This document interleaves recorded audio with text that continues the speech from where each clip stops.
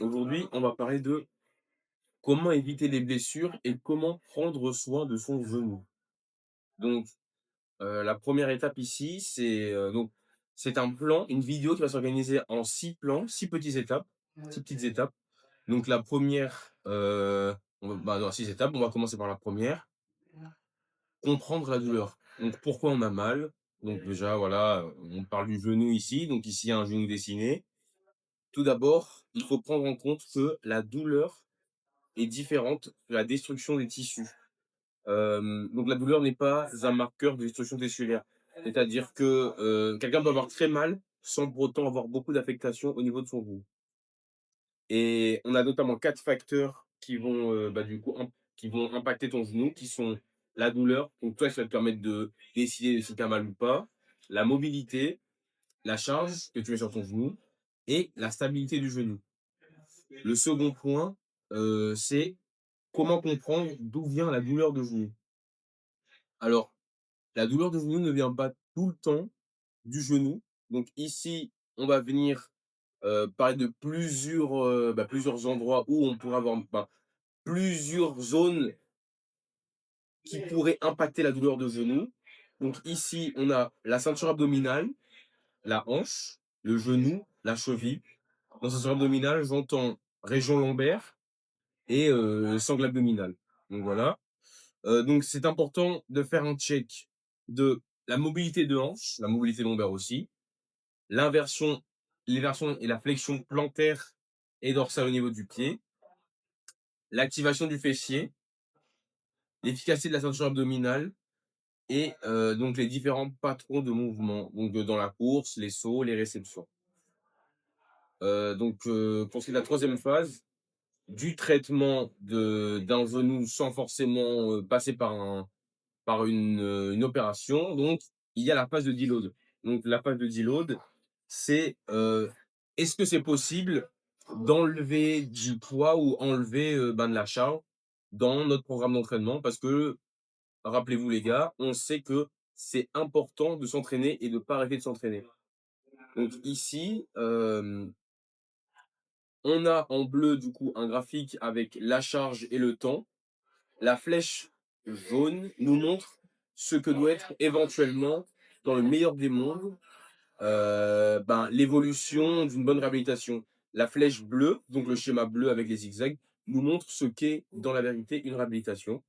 Donc ici là, on se trouve à son réhabilitation, donc au début de l'échelle du temps et au début de l'échelle de la charge.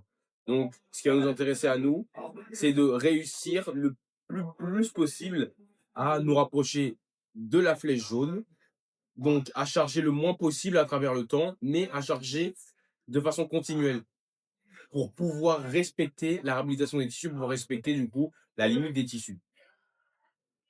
Le quatrième point ici, parle de retrouver la mobilité avec le contrôle. Donc, en fonction de l'évolution de l'état du genou ou des articulations périphériques de chacun, on va devoir au début et à la fin mesurer l'évolution de ce que quelqu'un est capable de faire maintenant. Par exemple, demain, je peux faire une fente avec 45 degrés de flexion, en espérant que dans 3 semaines, je sois capable d'avoir gagné 5-6 degrés de flexion. Non, 5. Entre 5, 10 et 15 degrés de flexion en plus. Voilà. C'est aussi très important de renforcer les bons endroits en travaillant des bonnes manières. Donc là, si j'avais une checklist de choses que vous deviez faire, pour moi, ce serait donc travailler en excentrique avec les quadriceps et le tendon rotulien. Donc voilà, qui sont les deux structures qui entourent le genou, donc qui vont vous permettre de garder un genou stable et fort. Il faut travailler en isométrique, donc ça c'est très important, et un travail de puissance pour des muscles qui ont de plus de puissance, tels que les fessiers ou les ischio-jambiers. Enfin, pour la dernière étape, on parlait de reconstruire les capacités athlétiques.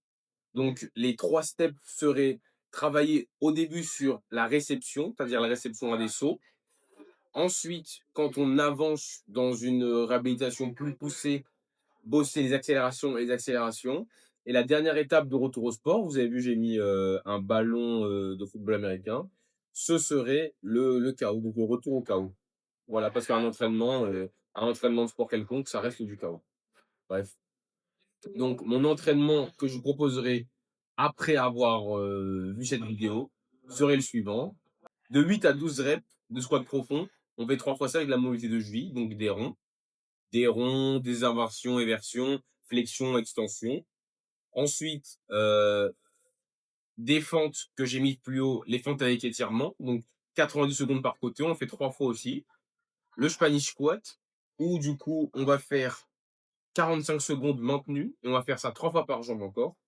Et du RDL unilatéral, 10 répétitions, 3 fois encore. Bonne chance à vous, et si vous avez des soucis ou si vous avez des questions, n'hésitez pas à poser des questions dans les commentaires.